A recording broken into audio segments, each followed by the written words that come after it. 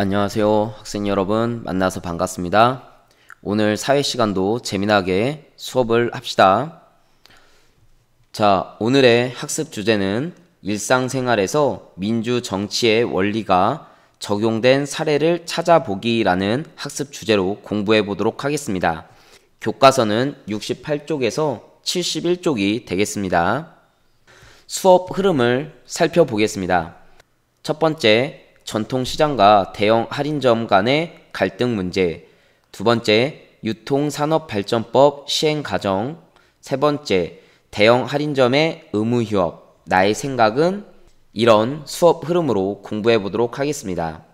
자, 선생님이 수업하기 전에 질문을 던져보도록 하겠습니다. 화면에서 보는 바와 같이 여러분들은 물건을 살 때 주로 어디에 가서 사나요? 네, 물건을 어느 정도 사느냐에 따라서 달라질 것 같습니다. 선생님 같은 경우에도 물건을 한두 개 살 때는 집 근처에 슈퍼마켓에서 사는 경우가 많습니다. 또는 집 근처의 편의점에서 물건을 사는 경우도 있습니다. 그런데 물건을 많이 살 경우에는 어떨까요? 이럴 경우에는 대형 할인점에 가서 물건을 사는 경우가 많습니다. 오늘은 이와 같이 소형 판매점, 즉 전통시장과 대형 할인점 간의 갈등에 대한 문제를 살펴보고 이러한 갈등을 어떻게 해결해 나갈 것인지에 대한 학습을 해보도록 하겠습니다. 지금 선생님이 이야기한 부분을 동영상으로 살펴보도록 하겠습니다. 아파트 시장이 활기를 띠기 시작한 세종시 신도시 지역에 사람들이 모여들면서 대표적 편의시설인 대형마트가 다음 달부터 잇따라 들어섭니다. 하지만 세종시 전통시장들은 상권이 크게 위축돼 생존마저 위협받을 처지에 놓였습니다. 상생 해법은 없는 걸까요? 고병권 기자입니다. 정부 세종청사가 자리 잡은 1-5 생활권에 들어서게 될 대형 유통매장. 당초 계획보다 한 달 앞당겨진 다음 달 6일 개장합니다. 세종시 천마을 인근에 건축 중인 또 다른 대형마트도 공정률 60%대로 오는 12월 문을 엽니다. 대형마트 입점이 잇따라 예고되면서 상권 피해를 우려하는 세종시 전통시장의 고민도 깊어지고 있습니다. 조치원 등 세종시 4개 전통시장 상인들은 정부 세종청사 이전으로 모처럼 활기를 되찾았지만 대형마트가 문을 열면 큰 타격을 받을 거라고 우려합니다. 이 때문에 대형마트 측이 전통시장 내 주차장 마련 등의 실질적 지원을 하거나 세종시가 현재 평일인 대형마트 의무 휴업일을 휴일로 변경하는 등의 상생책 마련이 필요하다고 말합니다. 나날이 잘 되고 있는 상황인데 요럴 찰나에 저런 대형마트가 입주된다면은 참 매출은 바닥으로 떨어질 걸로 저는 보고 있습니다. 세종시가 의무휴일 조례 개정을 당사자들 간의 협상 뒤로 미룬 가운데 대형마트는 상인들과 협상에 나설 뜻을 밝혔습니다. 성실하게 대화를 해서 좋은 방향을 이끌어내도록 하겠습니다. 세종시에는 내년에도 국내외 대형마트 2곳이 추가로 들어설 예정이어서 대형마트와 전통시장의 상생을 위한 해법 마련이 시급해 보입니다. MBC 뉴스 고병권입니다. 네, 동영상 잘 시청했나요? 자, 동영상에서는 어떤 갈등의 문제가 있었나요? 전통시장과 그 다음에 아파트 단지가 들어서면서 대형 할인점이 입점하는 문제가 발생하고 있습니다. 대형 할인점이 입점을 하게 되면 기존에 있었던 전통시장의 수익, 그 다음에 판매가 줄어들 것이 뻔할 것이기 때문에 전통시장 상인들은 불안에 떨고 있고 대형 할인점의 입점을 막아야 된다고 이야기하고 있습니다. 이런 문제를 해결하기 위해서는 어떻게 해야 할까요? 이런 갈등 문제는 쉽게 해결되지 않습니다. 그 이유는 바로 자신의 밥벌이와 연결이 되기 때문입니다. 서로 이익 집단끼리 갈등이 발생되고 있고 이는 자신의 먹거리, 즉 자신의 수입 구조와 연계되기 때문에 결코 한 걸음도 양보할 수 없을 만큼 팽팽하게 맞서고 있기 때문입니다. 그러면 교과서에서는 어떻게 해결하고 있는지 유통산업발전법 시행 과정에 대해서 나와 있습니다. 우리 한번 이 유통산업발전법의 시행 과정을 살펴보도록 합시다. 교과서는 69쪽이 되겠습니다. 1번, 대형 할인점이 들어오면서 생계가 어려워진 전통시장 상인들은 대형 할인점의 입점을 취소해달라고 요구했다. 전통시장 상인들은 이렇게 피켓을 들면서 시위를 할 수도 있고, 혹은 언론사에 연락을 해서 자신이 어려운 처지를 언론사에 이야기할 수도 있겠죠. 또는 공공기관에 민원을 제기할 수도 있겠습니다. 2번, 이런 소식이 언론에 전해지자 전통시장을 보호해야 한다는 여론이 형성되었고 2009년 국회에서 공청회가 열렸다. 공청회라는 것은 이젠 다양한 이 집단들이 모여서 어떻게 해결해야 될지 서로 자신의 의견을 이야기하는 과정이 되겠습니다. 결국 국회에서는 전통시장 상인들이 어려움을 겪고 있다고 결정을 했고, 이러한 대형 할인점을 규제하는 방안을 찾게 된 것이죠. 3번, 정부는 대형 할인점에 대한 규제가 기업의 영업을 방해하고 소비자에게 불편을 줄 수 있어 신중한 태도를 취했다. 그러나 국회는 대정부 질문에서 전통시장을 보호하는 법이 필요하다며 정부를 견제했다. 지난 시간에 우리는 정부, 국회, 법원이 서로 견제를 하면서 균형을 이루고 있다고 이야기했었습니다. 즉 이거는 국회가 정부를 견제하는 거죠. 대정부 질문은 국회의원이 정부에 국정의 문제점을 제기하는 제도를 말합니다. 정부는 신중한 입장을 보일 수밖에 없습니다. 왜냐하면 정부의 입장으로서는 전통시장 상인들을 보호하는 것도 중요하고 대형 할인점의 기업 활동도 할 수 있게끔 정부는 지원을 해줘야 되거든요. 또 대형 할인점에서 근무를 하고 있는 수많은 노동자들도 생각할 수밖에 없기 때문에 정부에서는 신중한 태도를 보일 수밖에 없습니다.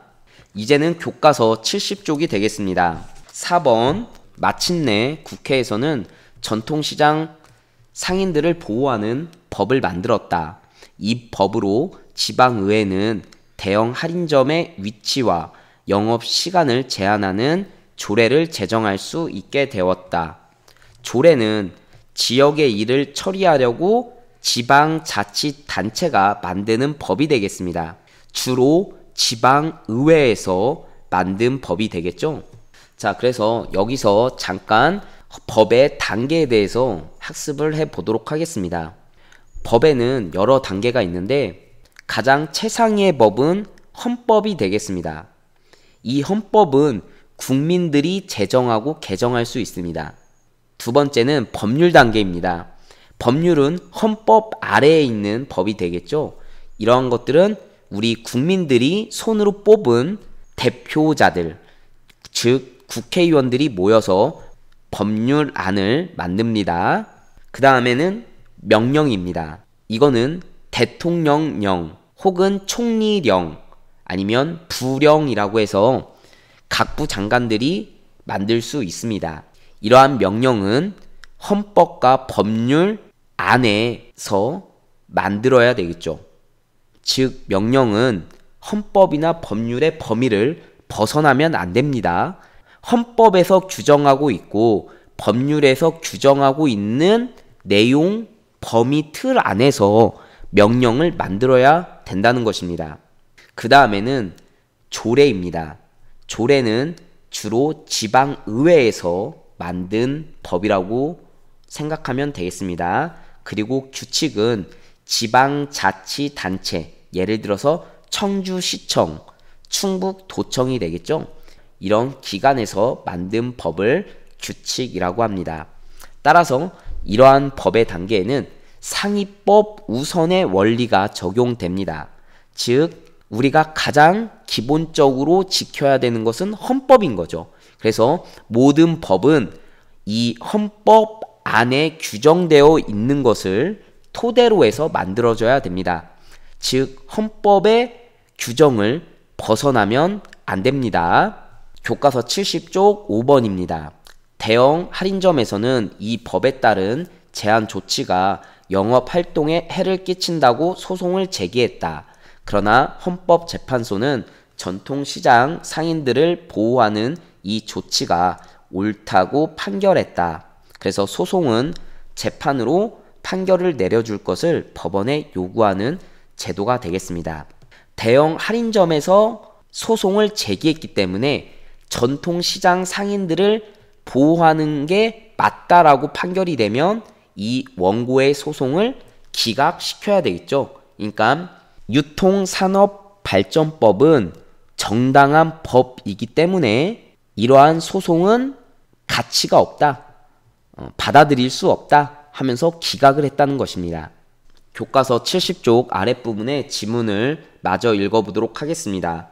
전통시장과 대형 할인점 사이의 갈등을 국가기관이 나서서 해결하는 과정에서 대형 할인점의 휴무일이 정해졌다. 휴무일은 쉬는 날이 되겠습니다. 이처럼 국가기관이 하는 일은 우리 생활과 밀접하게 관련되어 있다. 국회, 정부, 법원 등의 국가기관은 국가의 주인인 국민의 자유와 권리를 보호하려고 국가의 일을 나누어 맡아 서로 견제와 균형을 유지한다. 국민 주권과 권력 분립은 민주 정치의 중요한 원리라고 할 수 있다. 마지막으로 대형 할인점의 의무 휴업에 대해서 여러분들은 어떻게 생각하는지 한번 여러분의 생각들을 종합장 노트에 적어주시기 바랍니다. 대형 할인점의 의무 휴업에 대한 읽기 자료를 한번 읽어보도록 하겠습니다. 많은 사람들이 생활에 필요한 물건을 사려고 대형 할인점을 찾아갑니다. 대형 할인점은 넓은 주차장, 다양한 물건, 저렴한 가격 등을 내세워 많은 소비자를 끌어들입니다. 이로 인해 대형 할인점 주변에 전통시장을 찾는 사람들은 줄어들고 있습니다. 지방자치단체와 정부에서는 지역 상권을 보호하려고 2012년부터 대형 할인점의 영업시간과 휴무일을 강제로 제한하기로 했습니다. 전통시장 활성화를 위한 대형 할인점의 의무 휴업은 과연 효과가 있을까요? 이에 대한 여러분들의 생각을 노트 혹은 종합장에 적어 봅시다. 일단은 대형 할인점의 의무 휴업에 찬성하는 측과 반대하는 측이 있을 것입니다. 이에 대한 자신의 입장을 정하고요. 그리고 나서 자신의 의견을 뒷받침할 수 있는 근거 3가지를 적어보면 되겠습니다. 선생님이 이에 관련된 동영상을 하나 준비했습니다. 한번 봅시다. 경기 침체와 대형 유통업체의 공세로 추석 대목에도 파리만 날린다고 하소연하는 전통시장이 적지 않은데요. 대형 유통업체를 오히려 시장 안으로 끌어들여 상생하는 전통시장이 있어서 주목을 받고 있습니다. 이윤재 기자가 현장에 다녀왔습니다. 경북 구미의 선산시장. 지역 청년들이 운영하는 카페와 치킨집이 늘어섰고 유아 놀이방과 대형 유통업체가 운영하는 매장까지 들어섰습니다. 50년이 넘는 역사를 가진 전통시장에 깔끔하고 세련된 시설이 들어온 건 1년 전. 지역 인구가 줄고 경기마저 가라앉으면서 활로를 모색하던 상인회가 대형 유통업체를 끌어오는 뜻밖의 선택을 한 건데 결과는 성공적이었습니다. 빈점포가 지금 현재 없습니다. 이게 장사가 잘 안 돼서 나가더라도 바로바로 빈점포가 채워지는 점이 있고요. 그리고 이제 젊은 애기 엄마들이 많이 시장을 찾고 있습니다. 그래서 시장을 찾는 연령층들이 많이 낮아졌다고. 선산시장을 지켜본 또 다른 전통시장도 최근 비슷한 시도를 했습니다. 시장 한가운데 놀이방, 문화센터가 입점했고 사회적 기업이 만든 제품을 소개하는 공간까지 만들어졌습니다. 상인들이 먼저 안방문을 열었고 유통업체는 시장에서 파는 신선식품 등을 매장에서 제외하는 식으로 한 발 물러서면서 서로의 입장이 맞아떨어졌습니다. 환경도 개선되고 주위의 반응은 참 좋습니다. 상인들도 협조하고 품목들도 제외하고 땀 흘러내는 거는 제외하고 그런 식으로 했기 때문에 괜찮을. 대기업과 또 전통시장이 함께 할 수 있다는 그런 인식을 심어줄 수 있다는 게 가장 큰 효과인 것 같고요. 또 전통시장 활성화에 크게 기여할 수 있다는 게 가장 큰 이점인 것 같습니다. 대형 유통업체는 앞으로도 전통시장과의 협력 사업을 늘려나갈 계획입니다. 침체되는 전통시장과 이미지 개선을 노리는 대형 유통업체의 협업이 어떤 시너지 효과를 만들어갈지 주목됩니다. YTN 이윤재입니다. 네, 여러분들의 입장을 선택하는데 좀 도움이 됐으면 좋겠습니다. 자, 오늘도 사회 수업을 시청해 주셔서 감사합니다. 이익 집단 간의 갈등을 서로 해결하는 것은 결코 쉬운 일이 아닙니다. 그렇지만 민주주의 사회에서는 대화와 타협, 그리고 양보, 소수 의견의 존중 등의 자세를 가지고 서로 상생할 수 있는 방안을 모색해야 되겠습니다. 그럼 다음 사회 수업 시간에 뵙도록 하겠습니다. 안녕.